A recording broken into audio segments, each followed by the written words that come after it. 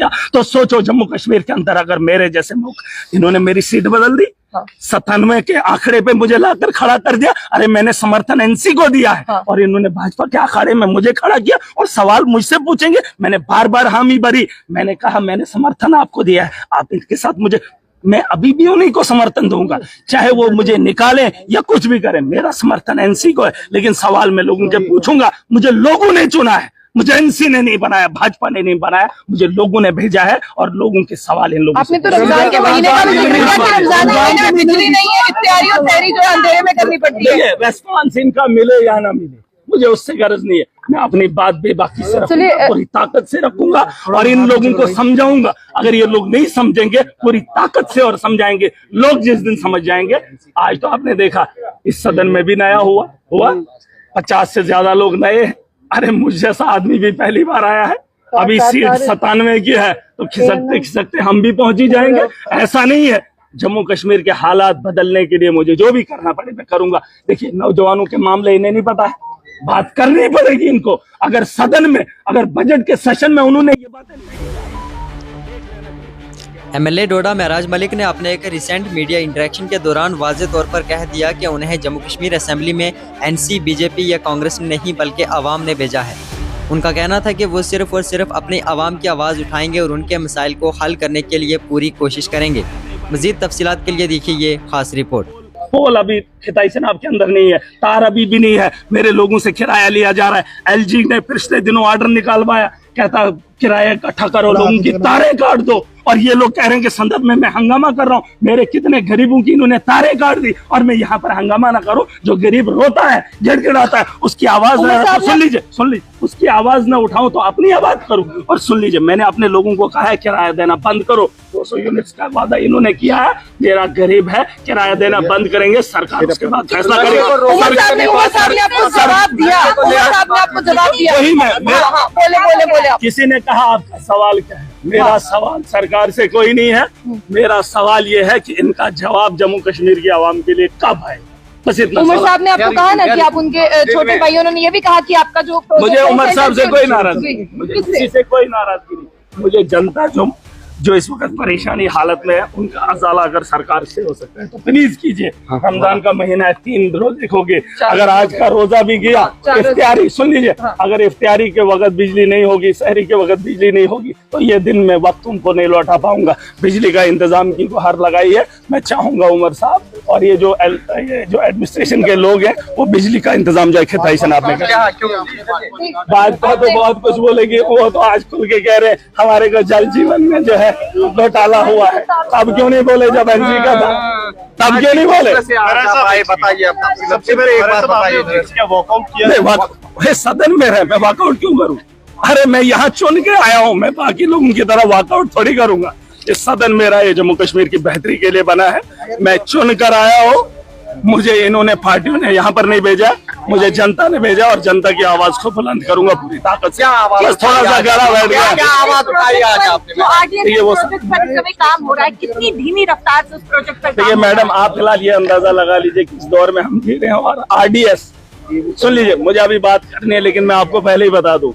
मुझे बताओ, एलजी ने मीटर लगाना शुरू कर दिया, पोल लगाना शुरू कर दिया। गाँव के अंदर हॉस्टल में डॉक्टर लाने की बात हुई, शराब के ठेके गाँव के अंदर खोले। क्या स्कूल को बेहतर बनाने के लिए इन्होंने पॉलिसी बनाई? क्या स्कूल के अंदर एक टीचर की तैनाती के बारे में बात हुई है? ये लोग शराब को, बिजली को जहां से रेवेन्यू जनरेट करना है उसके लिए पॉलिसी बनाएंगे। अरे पॉलिसी उसके लिए बनाओ जहां से हमारी नस्लें बेहतर बनेगी। सुन लीजिए, मैंने कहा इन्होंने रिहेबिलिटेशन सेंटर किसके लिए मांग की? आपने देखा भाजपा ने भी गुहार लगाई और बाकी लोगों ने भी गुहार लगाई। क्या बोला कि नशे से जो है लोग पागल हो रहे हैं, नौजवान जो है बिगड़ रहे हैं, उनके लिए रिहेबिलिटेशन सेंटर। ये नहीं बोलेंगे जिससे वो हो रहा है उसको बंद करेंगे, उसके लिए नहीं।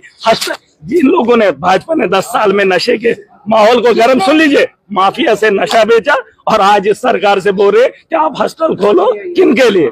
जो पागल हो जाएंगे, जो नशा हमारा खरीदेंगे, उनको तुम ठीक करो और फिर उनके लिए कोई स्कीम लाओ, उसमें आप लोड करो।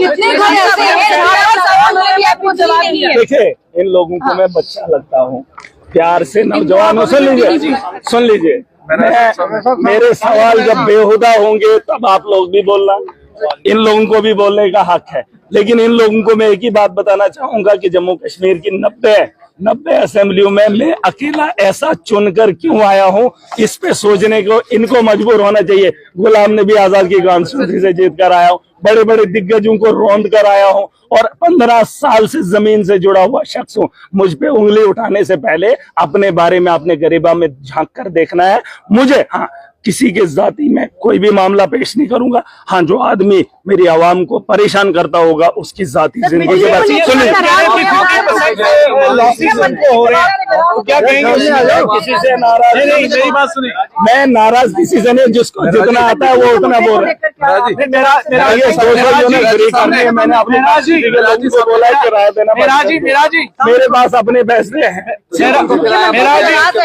बाद में देखेंगे। जी सीएम, अरे सुनो, सदन छोड़ के जाओ। नहीं, कौन छोड़ेगा? अभी आप वॉकआउट, अरे मैं क्यों छोड़ूंगा?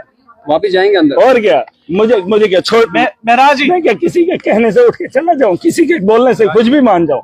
मुझे लोगों ने चुना है, मैंने उनकी आवाज सदन में रखनी है और उसके लिए मैं अभी थोड़ा सा मलिक साहब, सफोकेशन बहुत हो रही है, वहाँ पे गुप है, इसलिए सांस लेना मुश्किल हो पाता है। अभी रमजान का महीना भी मुझे बताएं कि सीएम कह रहे हैं कि 50% जो है लॉसेस हो रहा है TND का, तो उसके बाद देखिए आप कह रहे हैं वो जवाब उनसे, देखिए आप मुझसे पूछेंगे कुछ जवाब उनसे भी पूछ लीजिए, सरकार से पूछ लीजिए, LG से पूछ लीजिए, उनसे बेहतर बताओ। और सिंपल एक ही बात है, लोगों का चुना हुआ नुमाइंदा हूँ, 7 साल के बाद उम्मीद है और उस उम्मीद को हर कोई देखना चाहता है। बस उसी उम्मीद को देखने के लिए मैं सदन में हूँ कि सरकार कब जम्मू कश्मीर के आवाम के लिए कोई बेहतर फैसला लेकर आए, उसे सुनने के लिए मैं आह्वान में हूँ। और लोग टीवी पे इंतजार कर रहे हैं, मोबाइल पे इंतजार कर रहे हैं, रेडियो पे इंतजार कर रहे हैं कि सरकार हमारे लिए कब लाएगी।